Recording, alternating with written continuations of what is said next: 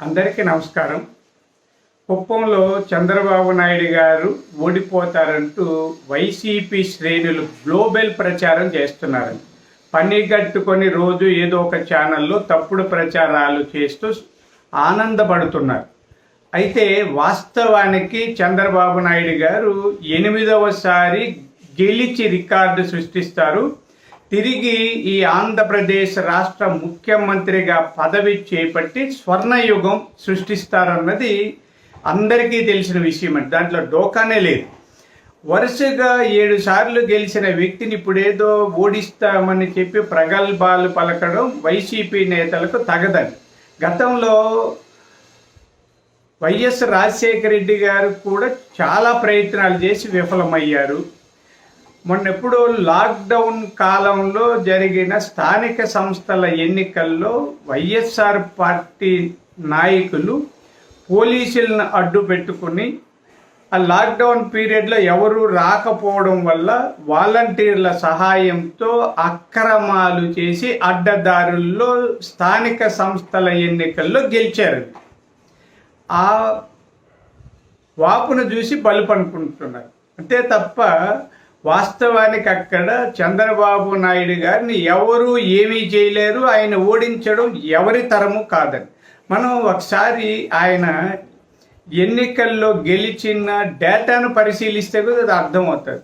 ఆయన 89లో తొలిసారిగా కుప్పంలో పోటీ చేసి 6,918 ఓట్లతో గెలిచారండి. తర్వాత 94లో 56,888 ఓట్లు సాధించారు. అంటే 5 ఏళ్లలో ఆయన ప్రతిష్ట ఎంత పెరిగిందో చూడండి. ఇక 99లో 65,687 ఓట్లు, 2004లో 59,588 ఓట్లు, 2009లో 46,066 ఓట్లు, 2014లో 47,121 ఓట్లు, 2019లో 30,722 ఓట్లు మెజారిటీ సాధిస్తూ వచ్చారు. అంటే ఆయన తొలిసారి ఏదో ఒక 7,000 లోపు ఓట్లు సాధించారు. ఆఖరు 7వసారి 30,000 ఓట్లు వచ్చాయండి.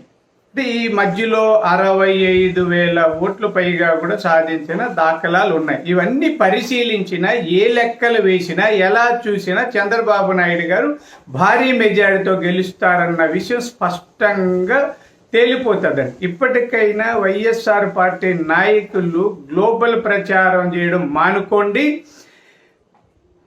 వచ్చే ఫలితాలు రాష్ట్ర వ్యాప్తంగా టీడీపీకి అనుకూలంగా ఉంటాయి. చంద్రబాబు నాయుడు గారు తిరిగి ముఖ్యమంత్రి అవుతారు.